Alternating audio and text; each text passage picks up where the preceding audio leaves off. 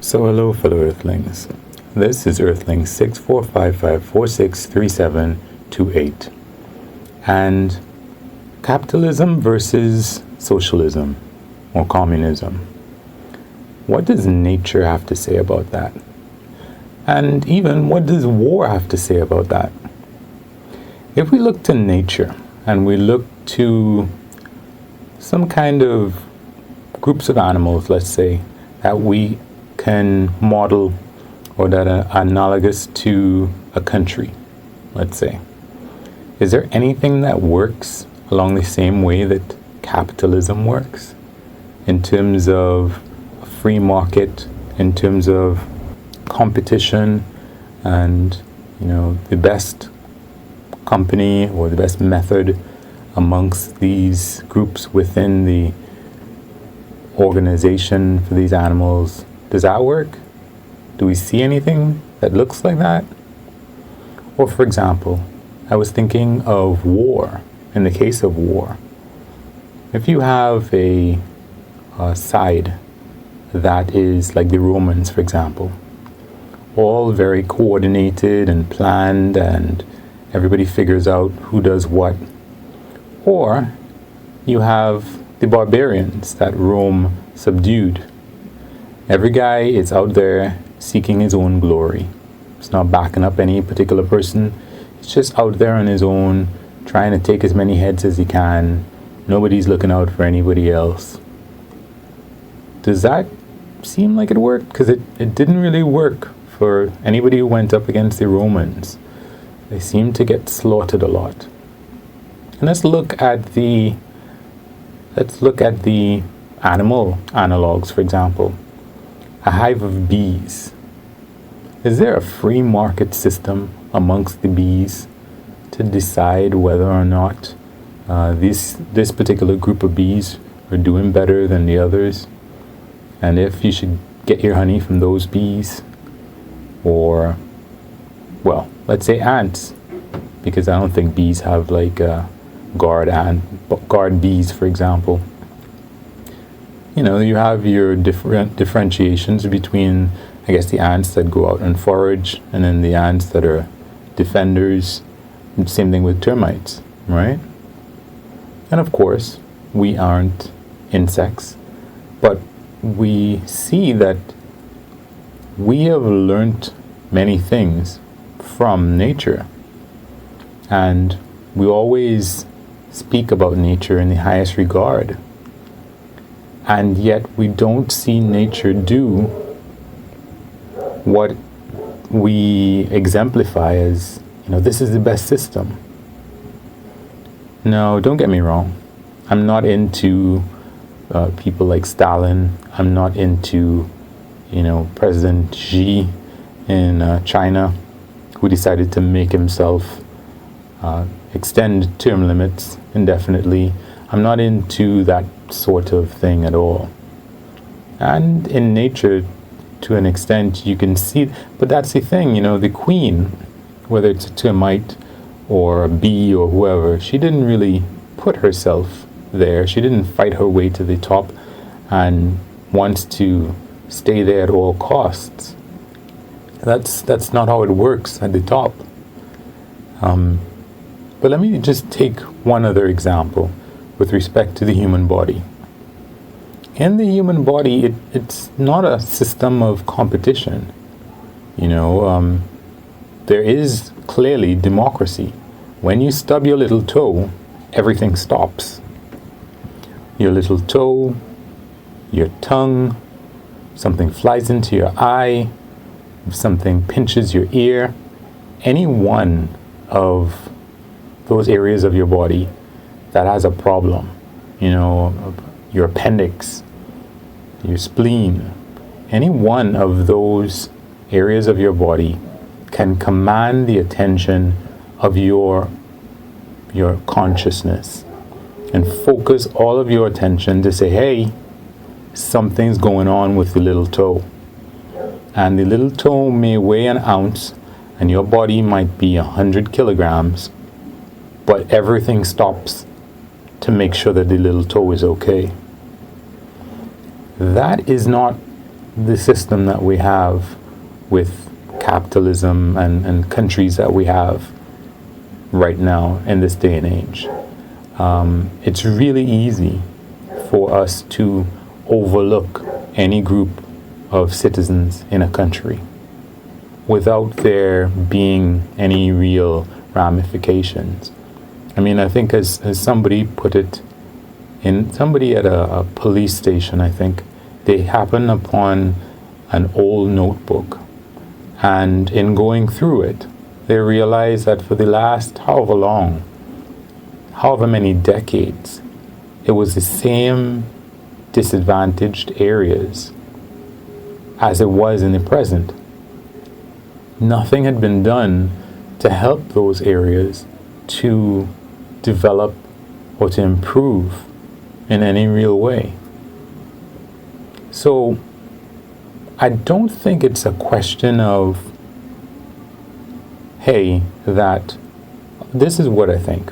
I think that the reason why we've seen capitalism work better compared to what we see as communism is because communism doesn't, especially in the versions that we've seen, the feedback is a lot less than there is in capitalism.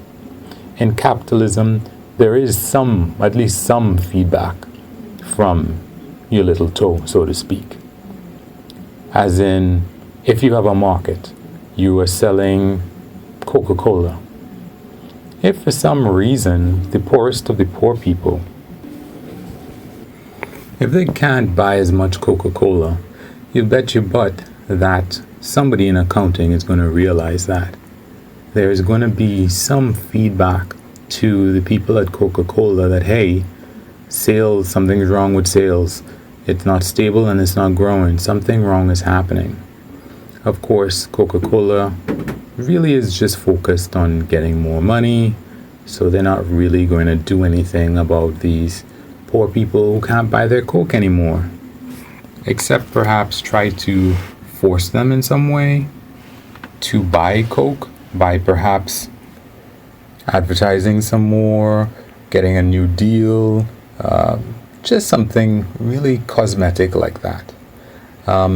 With respect to the government, yeah, if taxes are reduced because the government is in a recession, yeah, they have to do something. They have to cut something out.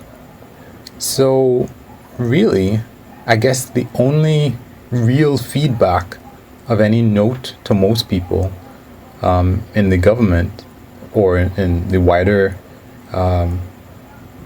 civilization and wider country is just money. That's it. It's not well-being of the people. It's not education of the people. It's not their longevity.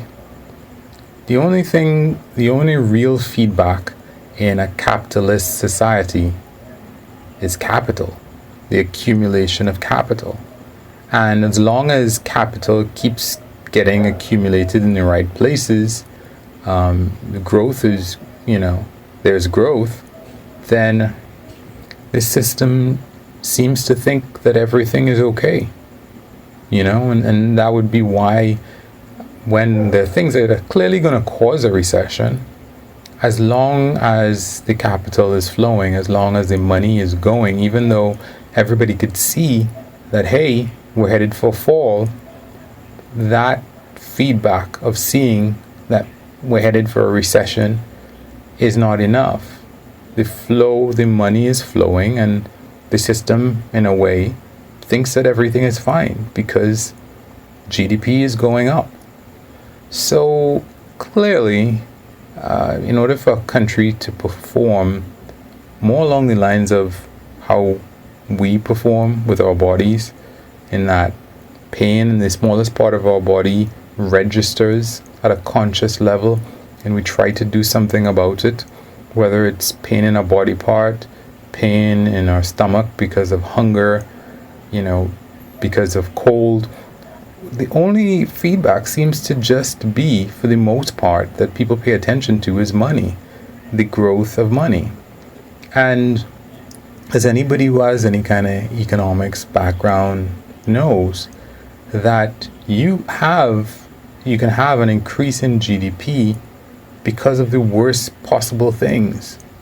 You can have an increase in GDP because people need to go to the legal system more.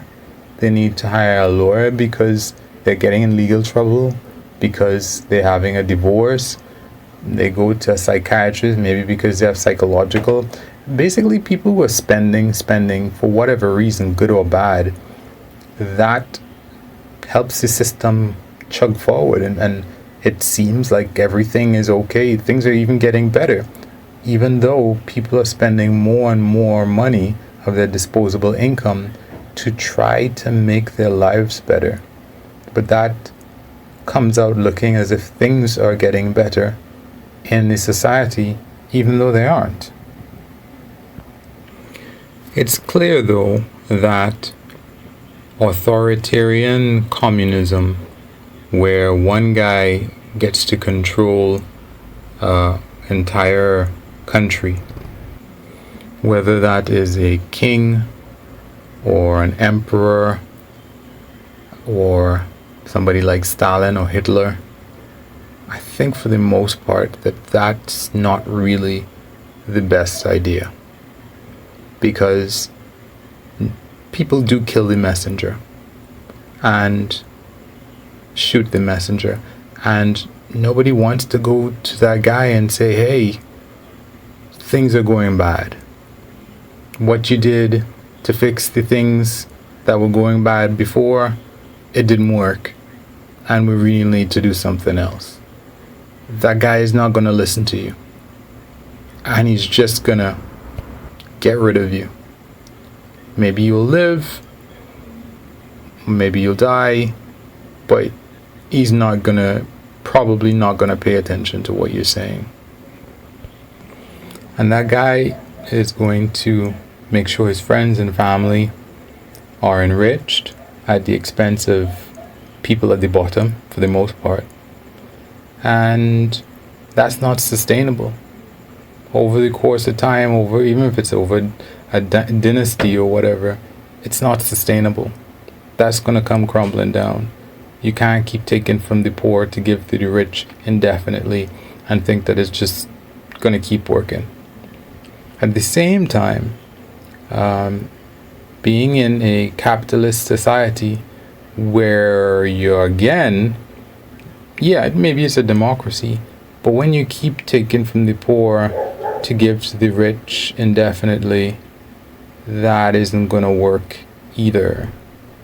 That system doesn't work. Yeah, there's feedback, but the feedback is based on 3 firms, or let's say 10 firms in an industry, and the ones that don't do a good job, their businesses fail, and those people have to go looking for new jobs somewhere else. And the main feedback to the system to say whether things are going good or not is just more or less money, which, more money might be a bad thing and less money might be a good thing. There's really difficult to judge the signals properly. Anyway, guys, you can wish me lucks, you can like or unlike, you can comment, subscribe and or share. Peace. Of course, you can do nothing.